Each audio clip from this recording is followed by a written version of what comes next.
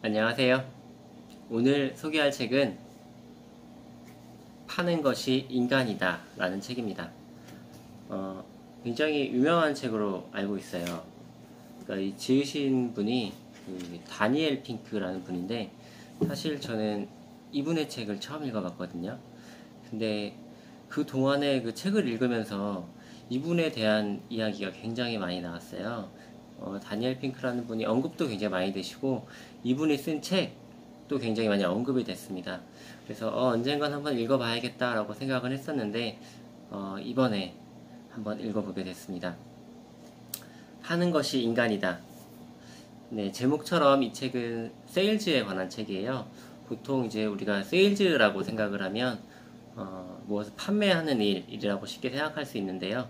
이분 같은 경우는 그런 상품이나 그 재화를 단순히 파는 것 이상으로 그 다른 사람의 행동을 변화시키고 설득하고 납득시키고 뭐 이런 일들까지 다 비판매 세일즈라는 개념으로 다 묶어서 세일즈라고 표현을 하세요. 그렇게 남의 행동을 변화시키는 것까지 다 세일즈라고 묶어버리니까 우리들의 모든 행동은 다 무언가를 판매하는 일이 돼버린 거죠. 당연히 우리 사람은 무언가를 다 판다고 이야기를 하니까 이 책에서는 어떻게 하면 잘 팔 것인가에 대해서 이야기를 하겠죠.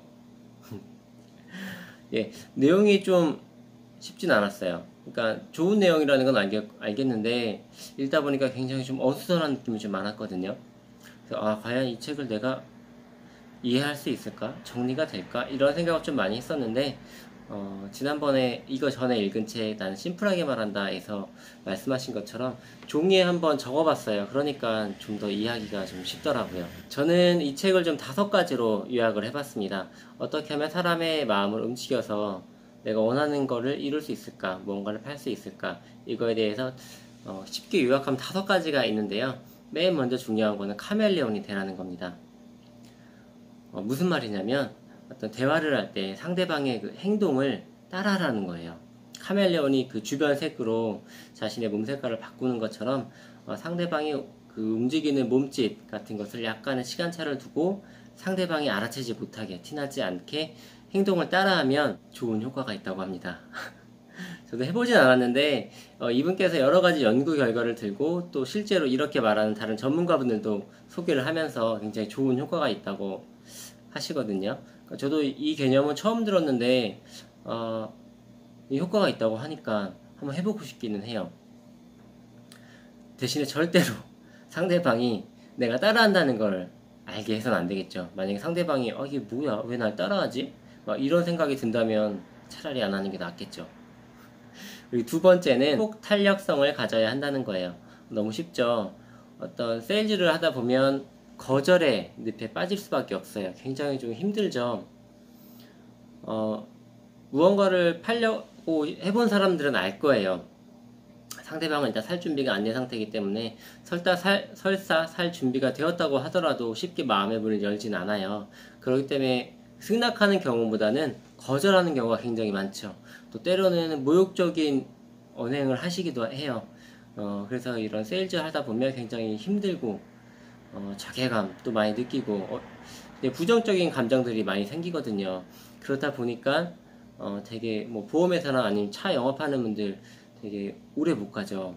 들어가서 보통 3개월, 6개월 또는 1년 안에 대부분 그만두시는데 저는 그게 정상이라고 생각해요. 사람들이 그 거절에 대해서 적응하기 쉽지가 않거든요. 또 거절 당하다 보면 굉장히 자기 자아가 무너지는 것 같기도 하고 이제 모멸감도 많이 느끼고 정말 내가 굳이 이 일을 해야 되나 라는 생각도 많이 하게 되거든요. 썰이 길었는데 이분께서는 책에서 이렇게 말씀을 하세요. 회복 탄력성이 좋은 사람들 특징이 있다고. 그 특징이 뭐냐면 어떤 그 거절 당하는 순간 또 부정적인 순간을 맞이했을 때 그 순간을 이렇게 생각하는 거예요. 이것은 나의 영역이 아니다. 이것은 그냥 일시적인 상황일 뿐이다. 그냥 이렇게 외부적인 요인으로 돌려버리는 거예요. 뭐 영원히 있는 상황도 아니고 그냥 순간적인 상황, 일시적인 상황, 또 외부적인 상황, 내 탓이 아닌 상황, 이렇게 나와는 별개의 외부적인 문제로 돌리고 그냥 웃어 넘기는 거예요. 뭐 웃기는 쉽진 않겠죠. 그렇다 하더라도 그냥 별거 아니야, 당연히 있을 수 있는 일이고 어떤 내가 어떻게 해볼 수 없는 일이니까 그냥 넘겨버리자 이렇게 생각을 하면 아무래도 덜 상처받고 좀 더 회복하는데 좀 더 유리하다고 합니다. 대체로는 많은 분들이 다 내 탓이요를 많이 강조하죠. 근데 그게 좋은 측면도 있는 것 같아요. 물론 내 탓이라고 하다 보면 내가 좀 더 잘하게 되는 측면도 있는데, 이런 세일즈의 영역, 또 엄청나게 거절을 많이 당하는 이런 부정적인 늪에 빠질 수 있는 영역에서는 그것은 내 영역이 아니다, 그냥 내 탓이 아니다 라고 그냥 훌훌 털고 넘겨버리는 게 오히려 더 좋은 효과가 있을 것 같아요. 내 탓이 아니라 그냥 넘겨버려야 계속 내 자아가 무너지지 않고 내가 덜 부정적인 사람이 돼서 또 계속적인 트라이를 할 수 있고 시도를 해야 더 많은 결과를 낼 수 있는 거니까 이 회복 탄력성도 굉장히 중요한 것 같습니다. 그리고 세 번째는 명확성이 있어야 한다고 이야기를 하세요. 보통 세일즈라는 것이 그거죠. 보통 눈에 보이는 상품을 파는 경우가 많은데, 그 상품 같은 경우도 되게 당장 필요한 것이 아니라 좀 어떤 미래에 효용 가치가 있는 부분도 있고, 또 어떤 서비스라는 측면에 있어서는 당장 눈에 보이지 않죠. 그리고 이 작가님께서 말씀하신 비판매 세일즈 영역, 이 영역 같은 경우는 거의 눈에 보이지 않는 영역이에요. 이 부분을 명확하게 또 눈으로 확인할 수 있게 해줘야 상대방을 설득하고 행동을 변화시키고 어떤 무언가를 판매할 수 있는 그런 확률이 높아진다고 해요. 그러니까 한 예를 든 게 자신의 70세가 되었을 때의 모습을 이미지로 만들어서 보여줬을 때 사람들은 저축률이 굉장히 더 높아졌다고 합니다. 무슨 뜻인지 아시겠죠? 당장 저축을 해야 되는 건 알지만 지금 현재 상황도 중요하잖아요. 그런데 그 저축이라는 거는 미래를 보고 하는 건데, 그 미래의 나를 보여준다면 아무래도 더 저축에 관심을 쓸 수밖에 없겠죠. 예전에 한 1년 정도 됐을 거예요. 그 삼성생명 광고 중에 이런 게 있었거든요. 어떤 젊은 부부가 그 사진관에서 사진을 찍는데 서로 모르게 30년 또는 40년 후에 노인이 된 모습으로 분장을 하고 사진을 찍는 거예요. 그 광경을 이제 다큐멘터리식으로 광고를 만들었는데, 그 서로 노인이 된 모습을 보자마자 눈물을 흘리는 부부가 많았어요. 저는 개인적으로 이해는 했어요. 저럴 수 있겠다. 하지만 그게 내가 아니니까 그렇게까지 감동적이진 않았거든요. 근데 아마 그게 나였다면 나 역시 눈물을 흘리지 않았을까, 이런 부분인 것 같아요. 명확성이라는 건 내가 확실히 뭔가 느낄 수 있게 보여주는 것이라고 생각합니다. 그리고 또 이런 것들을 이용하는 광고들이 많죠. 예를 들면 뭐 대한항공 같은 경우, 뭐 영어가 잘 생각이 안 나는데, 아무튼 우리 비행기를 타면 굉장히 좋은 경험을 할 수 있다, 좋은 추억을 만들 수 있다, 이런 뉘앙스의 광고를 만들고 있죠. 그리고 애플 같은 경우도 우리 제품을 쓰면 너의 삶이 달라질 것이다 라고 이야기를 하고 있고요. 그리고 현대차 같은 경우도 이 차를 타고 멋진 곳으로 여행할 수 있고 멋진 곳으로 네가 갈 수 있다 라고 이제 명확하게 그림으로 보여주죠. 이런 부분들이 명확성인 것 같아요. 그리고 이제 부차적으로는 당신은 이런 사람이다 라고 이제 이름표를 붙여준 것도 효과가 있다고 하고요. 당신은 뭐 쓰레기를 버리지 않은 사람이다, 당신은 뭐 착한 사람이다, 이렇게 이름표를 붙여주는 게 효과가 있다고 하고, 또 명확하게 당신은 이렇게 행동을 해라, 이런 이유가 있고 이런 명분이 있기 때문에 이렇게 행동을 해라 라고 명확하게 설명을 해주고 또 출구를 마련해 주는 게 또 행동 변화에 큰 효과가 있다고 합니다. 물론 100%다 되는 건 아니겠죠. 그래도 전보다는 좀 더 효과가 높았다고 합니다. 네 번째인데요. 네 번째는 임기응변이에요. 임기응변을 잘해야 되겠죠. 근데 말이 참 쉽지 임기응변 어려운 일이에요. 보통 어떤 세일즈를 할 때 보면 상황에 대해서 준비를 하죠. 상대방이 이렇게 얘기를 하면 나는 이렇게 얘기를 할 거고, 전체적인 흐름은 이렇게 이야기를 할 것이다 라고 미리 준비를 할 것인데, 꼭 세일즈가 아니라도 누군가 그 중요한 대화를 나눌 때는 어떤 상황에 대해서 미리 생각을 해보고 상상을 해보고 나올 수 있는 질문이나 뭐 반론 같은 걸 생각을 해보는데, 이 같은 경우에 항상 내가 생각한 대로 대화가 이끌어지지가 않죠.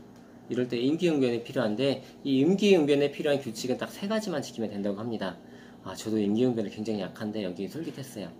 첫 번째는 그냥 들으랍니다. 말하지 말고 그냥 들으래요. 1번 듣기, 그리고 2번은 yes and, yes and로 이야기를 하랍니다. 보통 우리는 yes but으로 이야기를 많이 해요. 왜냐하면 내 이야기, 내 생각은 그거랑 다를 수 있으니까. 그래서 그래 맞아 맞는데 그런데 라고 이야기를 하는데 이렇게 이야기하지 말고 그래 맞아 예 맞습니다 그리고 이렇게 이야기를 하라고 해요. 그리고라 접속사를 쓰다 보면 이게 아무래도 상대방의 이야기에 동조하고 좀 더 긍정적인 방향으로 이야기를 하게 되겠죠. 그 다음에 세 번째는 상대방을 돋보이게 해주랍니다. 굉장히 간단하죠. 첫 번째는 듣고, 두 번째는 yes and, 세 번째는 상대방을 돋보이는 방향으로 계속 이야기를 하면 된다고 합니다. 늘 그렇게 하려 하는 순간 얘는 이렇게 이야기를 하면 되겠습니다. 그리고 마지막 다섯 번째는 당신의 이런 행동이 다른 사람의 삶에 기여를 하고 있다. 누군가에게 기여를 한다. 이런 거를 명시적으로 보여주면 또 효과가 좋다고 합니다. 예를 든 게 한 병원에서 감염률을 낮추기 위해서 손 씻기를 좀 더 많이 자주 만들고 싶은데 이게 쉽지가 않았거든요. 그런데 이제 그 화장실에 작은 팻말을 놓은 거예요. 당신의 손을 씻으면 환자가 감염 확률이 더 떨어진다. 환자의 건강이 좋아진다. 이런 내용의 표지판을 달아놨더니 전보다 손 씻는 횟수가 더 많아졌다고 합니다. 그리고 기부금 모금이 있어요. 대학교마다 미국에는 기부금을 모금하는 콜센터가 있나봐요. 그 콜센터 직원들에게 일하기 전에 당신이 이렇게 모은 기부금들이 생활이 어려운 우리 대학생들에게 많은 도움이 되고 그래서 그 기부금들에 의해서 공부를 해서 내가 이렇게 성공했다라는 내용의 짧은 글을 먼저 읽게 하고 대신에 이제 이 글 내용은 그 기부금을 모집할 때는 이야기는 못하게 하고요. 이렇게 짧은 글을 읽게 하고 당신의 이 행동이 누군가한테 기여하고 있다라는 내용을 일깨워주자 기부금이 2배 가까이 더 많이 모였다고 합니다. 그러니까 사람은 태어날 때부터 또는 그건 잘 모르겠지만 어떤 사회적인 동물이기 때문에 누군가를 도와주고 누군가한테 기여가 되는 그런 행동들을 되게 좋아한다고 해요.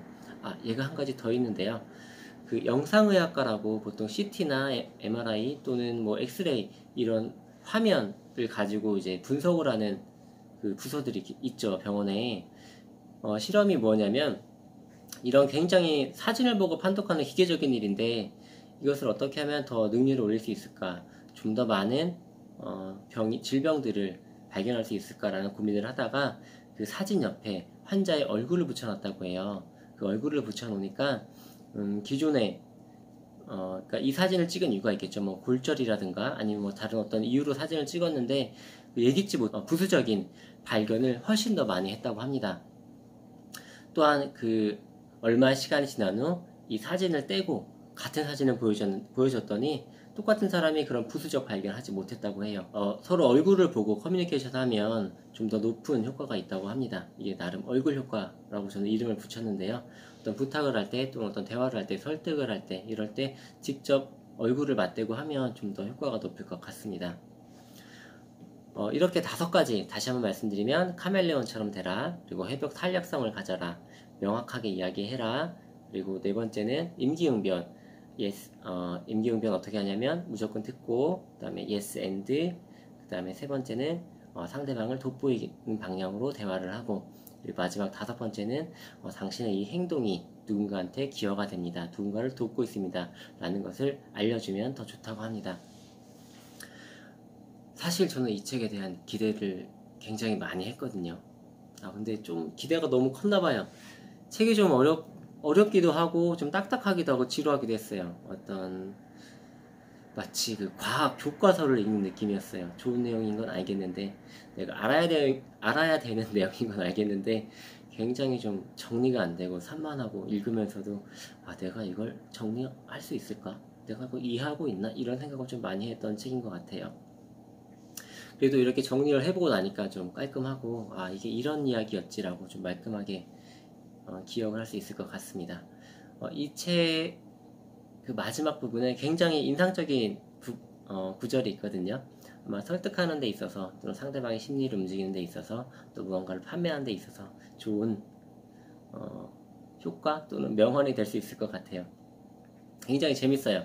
내용이 뭐냐면 당신이 만나는 사람을 당신의 할머니처럼 생각해라. 그 대신에 그 할머니가 8만 명의 팔로워가 있다고 생각해라. 가정해봐라. 이런 이야기를 하더라고요. 무슨 말인지 아시겠죠? 굉장히 좀 어려운 말이에요. 막상 현장에서 보면 막상 그렇게 나의 할머니처럼 대하기가 쉽지가 않아요. 그래도 그렇게 하려고 노력하다 보면 사람은 바뀌니까 아마 좀 더 높은 능률, 높은 효율을 가진 세일즈맨이 될 수 있을 것 같습니다. 네, 오늘은 여기서 정리하겠습니다. 감사합니다.